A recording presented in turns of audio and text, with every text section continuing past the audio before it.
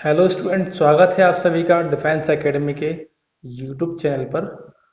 तो इससे पहले हमने हिंदी की 3 क्लास कंप्लीट कर ली थी। आज हम हिंदी की चौथी क्लास पढ़ने वाले हैं। इसमें मैंने आपको स्वर के जो 2 प्रकार थे वो मैंने पढ़ा दिए थे। अब हम आगे पढ़ेंगे जो स्वरों के जो भेद होते हैं उनके बारे में। ठीक है, तो चलिए स्टार्ट करते हैं हम आज का वीडियो। सबसे पहले आज के वीडियो में पढ़ेंगे हम क्या, स्वरों के भेद। जो स्वरों के ये भेद होते हैं, ये 2 वाले जो पार्ट थे मैंने आपको ये अच्छे से पढ़ा दिए थे कि उच्चारण के आधार पर स्वरों के कितने भेद होते हैं। तो मैंने आपको बताया था कि उच्चारण के आधार पर स्वर मुख्य रूप से 4 प्रकार के होते हैं। कौन कौन से होते हैं? एक होता है ह्रस्व स्वर, एक होता है दीर्घ स्वर, एक होता है संयुक्त स्वर और सबसे चौथा कौन सा होता है? क्लोज स्वर। उसके बाद मैंने आपको बताया जीभ के भाग के आधार पर स्वरों के भेद। तो जीभ के भाग के आधार पर जो स्वरों के भेद होते हैं वो मुख्य रूप से 3 प्रकार से होते हैं। पहला क्या होता है? जीभ के अग्रभाग के आधार पर। दूसरा क्या होता है? जीभ के मध्य भाग के आधार पर। और तीसरा और सबसे आखिरी वाला जो होता है वह क्या होता है? जीभ के पश्च वाले भाग के आधार पर स्वरों के भेद। तो ये दोनों मैंने आपको पिछली क्लास में कंप्लीट करा दिए थे। तो आज हम आगे पढ़ने वाले हैं ओष्ठा आकृति के आधार पर स्वरों के भेद। और उसके बाद हम क्या पढ़ेंगे? मुखाकृति के आधार पर स्वरों के भेद। तो ये चारों भेद हमको बहुत अच्छे से पढ़ना है। तो आगे चलिए स्टार्ट करते हैं। तो ओष्ठा आकृति के आधार पर जो स्वर होते हैं वह मुख्य रूप से 2 प्रकार से होते हैं। स्टूडेंट, कितने प्रकार से होते हैं ये? यह मुख्य रूप से 2 प्रकार से होते हैं। कौन कौन से होते हैं? पहला इसमें होता है वृत्ताकार स्वर। दूसरा क्या होता है इसमें? अवृत्ताकार स्वर।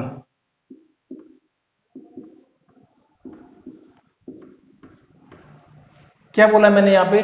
वृत्ताकार स्वर। और दूसरा कौन सा है? अवृत्ताकार स्वर। वृत्ताकार जो स्वर होता है इसे एक और अन्य नाम से जाना जाता है। इसका नाम क्या है? गोलाकार स्वर। क्या नाम है इसका?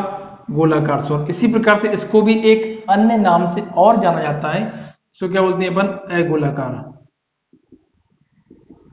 स्वर। अब ये होते क्या है, इनकी संख्या कैसी कैसी होती है, उनके बारे में और जान लेते हैं अपन। सबसे पहले बात करते हैं हम वृत्ताकार स्वर के बारे में। तो वृत्ताकार स्वर कौन से होते हैं? ऐसे स्वर। कैसे स्वर? ऐसे स्वर जिनका यदि हम उच्चारण करते हैं और उच्चारण करने के बाद हमारे ओठों की जो आकृति है वह कैसी हो जाए? वृत्ताकार हो जाए या फिर कैसी हो जाए? गोलाकार हो जाए। जैसे मैंने बोला ये एक हमारा ऊपर वाला ओठ है और ये कैसा वाला है? हमारा नीचे वाला ओठ है। जैसे ही हम किसी भी स्वर का उच्चारण करें और हमारे ओठों की आकृति कैसी हो जाए? वृत्ताकार या फिर गोलाकार हो जाए, तो उसे अपन क्या बोलेंगे? वृत्ताकार स्वर या फिर गोलाकार स्वर बोलते हैं। और यदि उच्चारण करने पर ओठों की आकृति गोलाकार या वृत्ताकार नहीं बनती है तो वो काय में आएंगे? अवृत्ताकार स्वर में या अगोलाकार स्वर में गिने जाते हैं। जब हम इसकी बात करते हैं वृत्ताकार स्वर के बारे में, तो वृत्ताकार स्वर में कौन कौन से आते हैं? यदि हम ओ बोलेंगे, यदि बड़ा ओ बोलेंगे, ओ बोलेंगे, और क्या कहेंगे? औ। यदि मैं इन चारों का उच्चारण करता हूं अपने मुख से और उच्चारण करने के बाद मैंने क्या पाया कि हमारे जो ओठों का आकार है वह कैसा हो जाता है? वृत्ताकार या गोलाकार हो जाता है। तो इस आधार पर ये कितने प्रकार के होते हैं? ये 4 होते हैं। इनकी संख्या कितनी होती है? 4 होती है। ये चारों हमें इसमें याद रखना है। शेष जो इसमें आते हैं अन्य 4 शेष अवृत्ताकार में आते हैं। जैसे अपन ने क्या बोला? छोटा आ जाएगा इसमें, बड़ा आ जाएगा, छोटी ई, बड़ी ई, छोटा ऊ, बड़ा ऊ, और एक और क्या जाएगा इसमें? रे ऋषि। तो जो अन्य बचते हैं अपने, इनकी संख्या कितनी हो जाएगी? 2 2 4 2 6 और 1 7। अम और अहा को इसमें हम काउंट नहीं करते हैं क्योंकि मैंने आपको पहली क्लास में बताया था कि स्वर की संख्या कितनी होती है? 11 होती है। ठीक है, तो हमें ये 2 बातें याद रखना है कि वृत्ताकार स्वर कितने होते हैं? 4 होते हैं।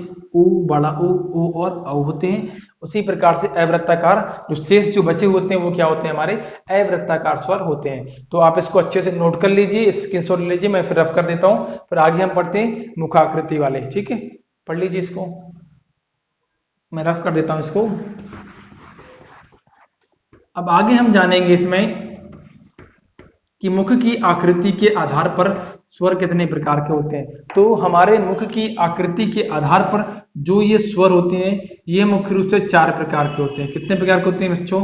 4 प्रकार से होते हैं। पहला कौन सा होता है इसमें? विवृत स्वर। बीव्रत स्वर। दूसरा कौन सा होता है इसमें, अर्ध बीव्रत स्वर। देख इन सब से क्या होता है, रेयरली क्वेश्चंस पूछे जाते हैं परीक्षाओं में। अर्ध बीव्रत स्वर। अगला क्या हो जाएगा, समृत स्वर। और अंतिम क्या हो जाएगा, अर्ध समृत स्वर। अर्ध समृत स्वर। अब देखो ये होते क्या है, अधिकांशतः होता क्या है, इनके जो नाम है इन नाम का अर्थ भी पूछा जाता है कई बार परीक्षाओं में। तो पहला वाला स्वर क्या हो जाएगा, बीव्रत। बीव्रत का अर्थ क्या होता है, बीव्रत। बीव्रत मतलब होता है खोलना या फिर खुला हुआ। इसका अर्थ क्या होगा बच्चों, इसका जो अर्थ होगा वह क्या होगा, खोलना या खुला हुआ।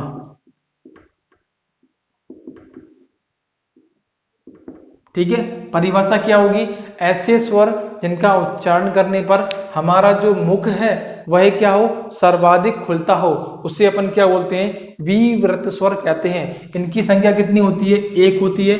और वह कौन सा होता है, ओनली बड़ा आ अकेला होता है। ठीक है, कौन सा अकेला होता है, सिर्फ और सिर्फ बड़ा आ अकेला इसमें होता है। दूसरा देखिए क्या लिखा है, अर्ध विव्रत स्वर। अब इसमें अर्ध मतलब क्या होता है, आधा। विव्रत मतलब क्या होता है, खोलना या फिर खुला हुआ। तो यहां से कहने का अर्थ क्या निकलता है कि ऐसे स्वर जिनका यदि हम उच्चारण करते हैं और उच्चारण करने के बाद जो मुख होता है वह कैसा खुले, आधा खुले। कैसा खुले बच्चों, आधा खुलता है, तो उन्हें अपन क्या बोलते हैं, अर्ध विव्रत स्वर कहते हैं। उन्हें अपन क्या कहते हैं, अर्ध विव्रत स्वर कहते हैं। इनकी संख्या कितनी होती है, इनकी संख्या होती है 3। कौन कौन से, ए ओ, ये आई वाला होगा, और ये क्या जाएगा इसमें औ। तो इनकी संख्या कितनी होती है, मुख्य रूप से 3 होती है। कौन कौन से आते हैं इसमें, आई, अ और औ आते हैं। ठीक है, तो अगली बात, इतना उम्मीद करता हूँ कुछ समझ में आया होगा ये। तो नेक्स्ट आगे बढ़ते हैं, अपन समृत के बारे में पढ़ते हैं। समृत क्या होता है, जिस प्रकार से विव्रत का अर्थ होता है खोलना, उसी प्रकार से समृत का अर्थ क्या होता है, बंद हुआ या फिर बंद करना। क्या लिखेंगे, बंद या फिर बंद हुआ या फिर बंद करना, इसका अर्थ हो जाएगा यहाँ पे ये समृत का।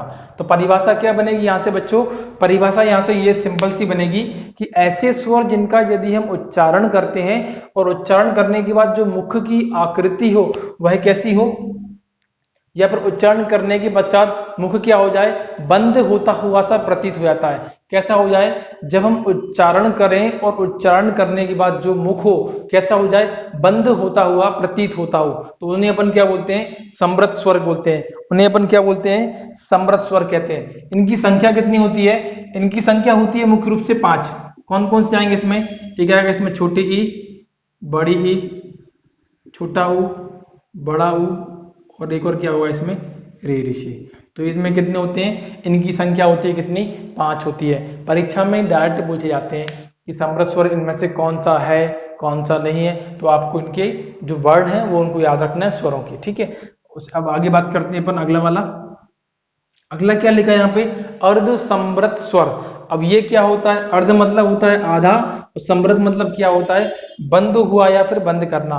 तो ऐसे स्वर जिनका यदि हम उच्चारण करें और उच्चारण करने के बाद जो मुख हो वह क्या हो, बंद होने की कगार पर हो, अर्थात वह बंद ही हो जाए। क्या हो जाए, या तो बंद होने की कगार पर हो या फिर एक स्थिति ऐसी आए कि वो बंद होते होते ही रह गया हो थोड़ा सा, तो उसे क्या बोलते हैं अपन, अर्ध समृत स्वर कहते हैं। तो इसमें कौन सा आएगा, इसमें आएगा ओ, और एक और कौन सा आएगा इसमें, ए ईडी वाला। 2 इसमें आते हैं। ठीक है, तो ये आपको अच्छे से याद करना है। एक बार मैं इसको रिवाइज करवा दे रहा हूं क्या क्या होते हैं। तो सबसे पहले हमने क्या जाना है यहाँ पे, इसमें इस वाले टॉपिक में मुखाकृति के आधार पर स्वरों के भेद मुख्य रूप से 4 प्रकार से होते हैं। पहला हमने जाना विव्रत स्वर। इसका अर्थ होता है खोलना या फिर खुला हुआ, अर्थात ऐसे स्वर जिनका उच्चारण करने पर मुख सर्वाधिक खुलता हो उन्हें अपन विव्रत स्वर कहते हैं। इनकी संख्या कितनी होती है बच्चों, इनकी संख्या होती है 1। उसके बाद अपन ने जाना अर्ध विव्रत स्वर। ऐसे स्वर जिनका उच्चारण करने पर मुख आधा खुले उन्हें अपन क्या बोलते हैं, अर्ध विव्रत स्वर कहते हैं। इनकी संख्या कितनी होती है, 3। कौन कौन से, ऐ, अ और औ। उसके बाद हमने क्या जाना, समृद्ध स्वर। समृद्ध का अर्थ क्या होता है, बंद हुआ या फिर बंद करना, अर्थात ऐसे स्वर जिनका उच्चारण करने पर मुख हमारा बंद हुआ सा प्रतीत होता है, उन्हें अपन क्या कहते हैं, समृद्ध स्वर कहते हैं। इनकी संख्या कितनी होती है, इनकी संख्या कितनी होती है, 5। कौन कौन सी, छोटी ई, बड़ी ई, छोटा ऊ, बड़ा ऊ और रे ऋषि। ठीक है। उसके बाद हमने क्या जाना, अर्ध समृद्ध स्वर। अर्ध समृद्ध स्वर क्या होते हैं, वे स्वर जिनका उच्चारण करने पर मुख क्या हो जाए, बंद होने की कगार पर आ जाए। जैसे मैंने क्या कहा, ओ से मैंने बोलना चालू किया, ओ, तो ओ का जब मैं उच्चारण कर रहा हूं तो एक समय क्या आएगा कि मैं ओ को धीरे धीरे, मेरी जो ओ का साउंड निकलेगा धीरे धीरे कम होता जाएगा और मुख मेरा क्या होगा, बंद होने की कगार पे आ जाएगा। तो उन्हें अपन क्या बोलते हैं, अर्ध समृद्ध स्वर कहते हैं। तो इसके अंतर्गत दो आते हैं, इनकी संख्या कितनी होती है, दो होती है, जो कि हमें मुख्य रूप से याद रखना है। तो आज हमने क्या जाना, स्वरों के कंप्लीट जो भेद होते हैं उनके बारे में जान लिया है। इससे पहले मैंने आपको दो पढ़ा थी पिछली क्लास में, और अब हमने ये इन दो को भी क्या कर लिया है, कंप्लीट कर लिया है। ठीक है। तो आप इनको अच्छे से पढ़ लेना, क्योंकि इसमें से परीक्षाओं में प्रश्न सीधे सीधे नाम से पूछे जाते हैं। तो आज के लिए बच्चों इतना ही। उम्मीद करता हूं आपको ये बहुत अच्छे समझ में आया होगा। Thank you for watching. Thank you बच्चों।